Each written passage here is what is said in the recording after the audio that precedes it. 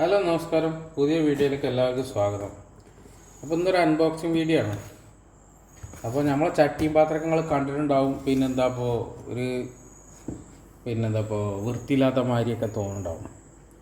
അപ്പോൾ അതുകൊണ്ട് 2 ചട്ടിയും പാത്രം വാങ്ങിയതാണ്. അപ്പോൾ ഇന്നത് അൺബോക്സിങ് വീഡിയോ ആണ്.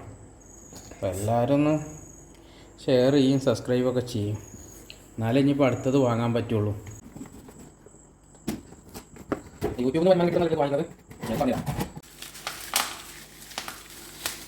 ഇത് പൊട്ടിക്കലാണ് ഏറ്റവും പ്രാധാന്യം.